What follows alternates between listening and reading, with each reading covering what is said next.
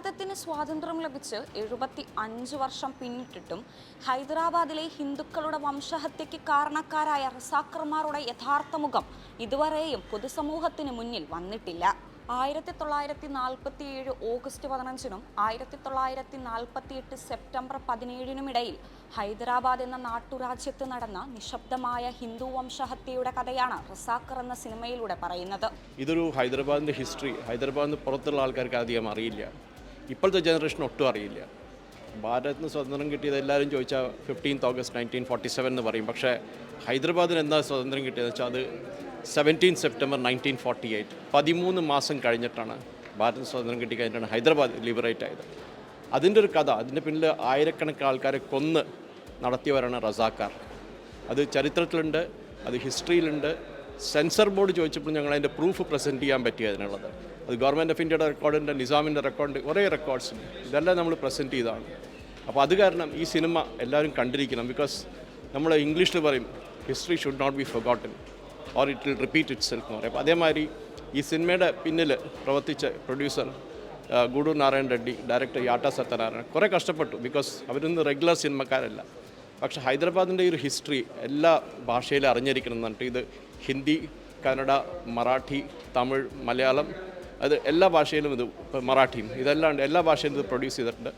ഈ ആഴ്ചയിൽ റിലീസ് ചെയ്ത എല്ലാ ലാംഗ്വേജും മലയാളം, തമിഴ്, കന്നഡ, തെലുങ്ക്. ഇനി അടുത്ത ആഴ്ച 22-ാം തീയതി റിലീസാകാൻ പോകുന്നത് ഹിന്ദിയും മറാഠിയാണ്. ഹൈദരാബാദ് സംസ്ഥാനം എന്ന് പറയുന്നത് ഇതെല്ലാം എൻക്ലോസ്ഡ് ആയിട്ടുള്ള ഒരു ഹിസ്റ്ററിയാണ്. അത് മഹാരാഷ്ട്രയുണ്ട്, കർണാടകയുണ്ട്, അതല്ലാണ്ട് ഇപ്പോഴത്തെ തെലങ്കാനയുണ്ട്.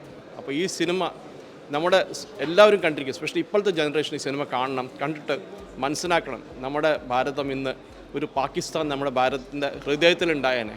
പക്ഷെ അത് അടിച്ചു മാറ്റി, അത് അവരെ നിർത്തി, അത് തിരിച്ചു പിടിക്കാൻ പറ്റിയത് സർദാർ പട്ടേൽ കാരനാണ്. അത് നമ്മൾ മറക്കരുത്. ഹൈദരാബാദ് സംസ്ഥാനം എപ്പോഴാണ് സ്വതന്ത്രമായതെന്ന് തെലങ്കാന, കർണാടക, മഹാരാഷ്ട്ര എന്നിവയ്ക്ക് പുറമേയുള്ളവരോട് ചോദിച്ചാൽ അത് 1947 ഓഗസ്റ്റ് 15-നാണെന്ന് മറുപടി പറയും. 1947 ഓഗസ്റ്റ് 15-ന് ഇന്ത്യയുടെ മറ്റു ഭാഗങ്ങൾ പോലെ ഹൈദരാബാദ് സ്വതന്ത്രമായി എന്ന് വിശ്വസിപ്പിച്ച ചരിത്രകാരന്മാരോടുള്ള മറുപടിയാണ് റസാക്കർ എന്ന ഈ സിനിമ. ഈ റസാക്കർ എന്ന സിനിമ കാണുന്നതിന് മുമ്പ് ഹൈദരാബാദിന് ഇങ്ങനെ ഒരു ചരിത്രമുള്ളതായിട്ട് അറിയായിരുന്നു. ആക്ച്വലി ഞാൻ പഠിച്ച ഫുൾ ഹൈദരാബാദിലാണ്. എൻ്റെ ഫസ്റ്റ് 5th ഹൈദരാബാദിലായിരുന്നു. പക്ഷേ ഞാൻ ഇതിനെക്കുറിച്ച് ബാക്ക്ഗ്രൗണ്ടിനെ കുറിച്ചൊന്നും അറിയില്ല. I just heard about Razakars, but this background story ഉണ്ടോ ഈ മൂവി കണ്ടിട്ടാണ് എനിക്ക് മനസ്സിലായത്. ആക്ച്വലി അത് നമ്മളെപ്പോലത്തെ യങ്സ്റ്റേഴ്സിന് അത് ആക്ച്വലി ഹെൽപ്ഫുൾ ആയിരിക്കും. ലൈക്ക് ഇന്ത്യയിൽ തന്നെ കുറേ അറിയാത്ത കുറേ ഹിസ്റ്ററീസ് ഉണ്ടല്ലോ, അതേപോലത്തത് ഈ പടത്തിലൂടെ ഇൻഫോർമേറ്റീവ് ആണ്. ഈ സിനിമ കണ്ടു കഴിഞ്ഞപ്പോൾ എന്താണ് തോന്നുന്നത്? കുറേ നമ്മളറിയാത്ത കുറേ ഹിസ്റ്ററീസ് ഉണ്ട് ഇന്ത്യയിൽ. ലൈക്ക് സർദാർ വല്ലഭായ് പട്ടേലും പിന്നെ നെഹ്റുജിയൊക്കെ റോൾസിൽ വന്നതുകൊണ്ടാണ് നമുക്ക് ഹൈദരാബാദ് എന്നുള്ളൊരു സ്റ്റേറ്റ് കിട്ടിയത്. അല്ലെങ്കിൽ അതിപ്പം വേറൊരു പാകിസ്ഥാൻ ആകാമായിരുന്നു. ഒരു പോരാട്ടത്തിലൂടെ അടിച്ചമർത്തപ്പെട്ട ജനങ്ങളാണ് ഹൈദരാബാദിലെ. സർദാർ പട്ടേലിൻ്റെ കാലത്ത് ഇന്ത്യൻ സൈന്യം, അല്ലെങ്കിൽ ഭാരത സൈന്യം നടത്തിയ ഒരു പോരാട്ടം കൂടിയാണ്. അപ്പോൾ ഈ സിനിമ കാശ്മീർ ഫയൽസ് പോലെ രാജ്യം ചർച്ച ചെയ്യേണ്ട ഒന്നല്ലേ? തീർച്ചയായിട്ടും നമ്മുടെ രാജ്യം ചർച്ച ചെയ്യപ്പെടേണ്ട ചരിത്ര സംഭവമാണ്. ഭാരത ചരിത്രത്തിൽ ഇതുപോലെ തമസ്കരിക്കപ്പെട്ട ഒരുപാട് ചരിത്ര സത്യങ്ങളുണ്ട്. അത് ഇന്നത്തെ തലമുറയ്ക്കും വരും തലമുറയ്ക്കും മനസ്സിലാവേണ്ട അത്യാവശ്യമാണ്. ഈ സിനിമ അത് വളരെ പ്രയോജനകരമായിരിക്കും. മൂടി വയ്ക്കപ്പെട്ട ഇത്തരം ചരിത്ര സത്യങ്ങളെ തുറന്നു കാണിക്കാൻ ധൈര്യപ്പെട്ട ഇതിൻ്റെ പിന്നണി പ്രവർത്തകരെ എല്ലാം ഞാൻ അനുമോദിക്കുകയാണ്. ഈ സിനിമ ദേശഭക്തരായ എല്ലാവരും കാണേണ്ടതാണ്. എന്താണ് ശ്രീ വല്ലഭായ് പട്ടേലിന് ഭാരത ചരിത്രത്തിലുള്ള സ്ഥാനമെന്ന് ഇത് നമ്മളെ ഓർമ്മപ്പെടുത്തുകയാണ്.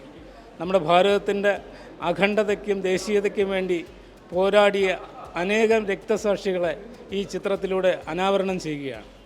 ഈ ചിത്രം എല്ലാ ദേശസ്നേഹികളും കാണുകയും വിജയിപ്പിക്കുകയും ചെയ്യണമെന്നാണ് എൻ്റെ അഭ്യർത്ഥന. ഹൈദരാബാദ് സംസ്ഥാനം എപ്പോഴാണ് സ്വതന്ത്രമായതെന്ന് തെലങ്കാന, കർണാടക, മഹാരാഷ്ട്ര എന്നിവയ്ക്ക് പുറമേയുള്ളവരോട് ചോദിച്ചാൽ അത് 1947 ഓഗസ്റ്റ് 15-നാണെന്ന് മറുപടി പറയും. 1947 ഓഗസ്റ്റ് 15-ന് ഇന്ത്യയുടെ മറ്റു ഭാഗങ്ങൾ പോലെ ഹൈദരാബാദ് സ്വതന്ത്രമായി എന്ന് വിശ്വസിപ്പിച്ച ചരിത്രകാരന്മാരോടുള്ള മറുപടിയാണ് റസാക്കർ എന്ന ഈ സിനിമ. നമ്മൾ ചരിത്ര പാഠപുസ്തകങ്ങളിലൊക്കെ പഠിച്ചിട്ടുള്ളത്. ഇന്ത്യക്ക് സ്വാതന്ത്ര്യം 47 കിട്ടിയെങ്കിലും ഒരു വർഷത്തിന് ശേഷമാണ് ഈ ഹൈദരാബാദ് ഇങ്ങനെ ചേർന്നതാണ്. പക്ഷെ അതിൻ്റെ പുറകിൽ ഇത്രത്തോളം ഭീകരമായിട്ടുള്ള ഹിന്ദു വംശഹത്യ ഉണ്ടെന്നോ അതിനെക്കുറിച്ചുള്ള ഡീറ്റെയിൽ ആയിട്ടുള്ള കാര്യങ്ങളോ നമ്മൾ എവിടെയും പഠിക്കുകയോ അറിയുകയോ ചെയ്തിട്ടുണ്ടായിരുന്നില്ല. അപ്പോൾ ഈ ഒരു സിനിമയിലൂടെ ഇത്തരത്തിലുള്ള ക്രൂരമായ ഒരു ഹിന്ദു വംശഹത്യയെക്കുറിച്ചിട്ട് ജനങ്ങൾക്ക് മനസ്സിലാവുന്നുണ്ട്. ഇത്തരം കാര്യങ്ങൾ കൊണ്ടാണ് ഇന്ത്യൻ ഗവൺമെൻറ്റിൻ്റെ ഒരു നടപടി അങ്ങനെ അന്ന് ആ കാലത്ത് ഉണ്ടായിട്ടുള്ളത്. ചരിത്ര പാഠപുസ്തകങ്ങളിൽ പോലും ഇല്ലാത്ത ഇപ്പോഴത്തെ വിദ്യാർത്ഥികളും മെജോറിറ്റി പറയുകയാണെങ്കിൽ ഇപ്പം എന്നെപ്പോലുള്ള വിദ്യാർത്ഥികൾക്കൊന്നും തന്നെ അറിയാത്ത കാര്യങ്ങളാണ് സിനിമയിലൂടെ പറയുന്നത്. റസാഖർമാർ എന്തായിരുന്നു, വിഘടനവാദം, അതിന് എങ്ങനെയാണ് അവർ ഭാരതത്തെ വിഘടിപ്പിക്കാനായിട്ട് അവർ ശ്രമിച്ച കാര്യങ്ങളെല്ലാം സിനിമയിലുണ്ട്. ചിത്രത്തിൽ റസാഖർ എന്നുള്ള സിനിമ ഒരു പ്രിവ്യൂ ഷോ ഇവിടെ സംഘടിപ്പിക്കേണ്ട തിരുവനന്തപുരം നിളയിൽ വളരെ വ്യത്യസ്തമായ ഒരു അനുഭവമായിരുന്നു. ചരിത്ര പാഠപുസ്തകങ്ങളിൽ നിന്നും ചരിത്രത്തിൻ്റെ ഏടുകളിൽ നിന്നും മാറ്റി നിർത്തപ്പെട്ട പല സംഭവ വികാസങ്ങളും നമുക്കറിയാൻ കഴിഞ്ഞു.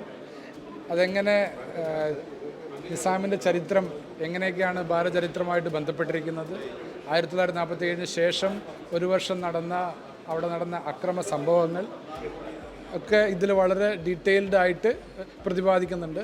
എല്ലാവരും ചരിത്ര വിദ്യാർത്ഥികളും എല്ലാവരും നിർബന്ധമായിട്ട്, ഗവേഷകരും എല്ലാവരും നിർബന്ധമായിട്ട് കാണേണ്ട ഒരു സിനിമയായിരുന്നു. പുതിയ അനുഭവമായിരുന്നു ഈ സിനിമ.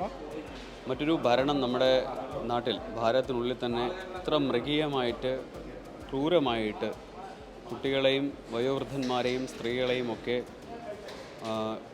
ഉപദ്രവിച്ചുകൊണ്ട് മതപരിവർത്തനത്തിന് വേണ്ടിയിട്ടുള്ള അല്ലെങ്കിൽ ഒരു മതരാഷ്ട്രം അല്ലെങ്കിൽ മതരാജ്യം ഹൈദരാബാദായി ഭാരതത്തിനുള്ളിൽ തന്നെ പാകിസ്ഥാനേക്കാൾ വലിയ മതബോധമുള്ള ഒരു രാഷ്ട്രം ഉണ്ടാക്കാനുള്ള ഒരു ശ്രമം നടത്തിയതായിട്ട് നമുക്ക് കാണാൻ സാധിക്കും. ഈ സിനിമയിലൂടെ റസാഖർ എന്ന ഒരു സൈന്യം, ഹൈദരാബാദ് നിസാമിൻ്റെ റസാഖർ എന്നുള്ള സൈന്യം എത്ര ക്രൂരമായിട്ടാണ് ഹൈന്ദവ ധർമ്മത്തോടും സനാതന ധർമ്മത്തോടുമൊക്കെ എടുത്തിട്ടുള്ള നിലപാട് അത് നമുക്ക് മനസ്സിലാക്കാൻ സാധിക്കും. നിർഭയത്തോടുകൂടി തന്നെ ജീവൻ നൽകിക്കൊണ്ട് അതിനെതിരെ പോരാടിയ വീരബലിദാനികളുടെയും ഒപ്പം തന്നെ ശക്തമായ നേതൃത്വം വഹിച്ച സർദാർ വല്ലഭായ് പട്ടേലിനെ പോലുള്ള നമ്മുടെ ഉരുക്കു മനുഷ്യനായിട്ടുള്ള പട്ടേലിനെ പോലുള്ളവരുടെ ആ ഒരു പ്രവർത്തനവും ഒക്കെ ചരിത്രപരമായിട്ട് ഇന്നത്തെ ഏറ്റവും പ്രധാനപ്പെട്ട മാധ്യമം സിനിമാ മാധ്യമത്തിലൂടെ തുറന്നു കാണിച്ച ഒരു സിനിമയാണ് റസാഖർ. തീർച്ചയായിട്ടും ഇത് നമ്മുടെ നാട് കാണേണ്ടതാണ്. തങ്ങളെ റസാഖർമാർ എന്ന് വിളിച്ചിരുന്ന ഒരു സംഘം ഹൈദരാബാദ് എന്ന നാട്ടുരാജ്യത്ത് ഹിന്ദുക്കളെ വംശീയമായി ഉന്മൂലനം ചെയ്യാനുള്ള ക്യാമ്പയിൻ ആരംഭിച്ചു.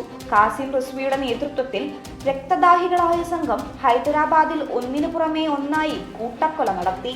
ഒടുവിൽ സർദാർ പട്ടേലിന്റെ ക്ഷമ നശിച്ചു.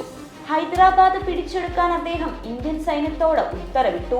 ഓപ്പറേഷൻ പോളോ എന്ന രഹസ്യനാമത്തിൽ ഔദ്യോഗികമായി വിളിക്കപ്പെടുന്ന പോലീസ് നടപടി ഇന്ത്യൻ സൈന്യം നിസാമിന്റെ സൈന്യത്തെയും റസാഖർമാരെയും വേഗത്തിൽ മറികടക്കുന്നതാണ് കണ്ടത്. ഒടുവിൽ 1948 സെപ്റ്റംബർ 17 നിസാമിന്റെ ആർമി മേജർ ജനറൽ JN ചൗധരിക്ക് കീഴടങ്ങി. പ്രവേശന രേഖയിൽ നിസാം ഔദ്യോഗികമായി പ്രഖ്യാപിക്കുകയും ഒപ്പിടുകയും ചെയ്തു. വിമോചിതരായ ഹൈദരാബാദ് നാട്ടുരാജ്യം ഇന്ത്യൻ യൂണിയന്റെ ഭാഗമായി.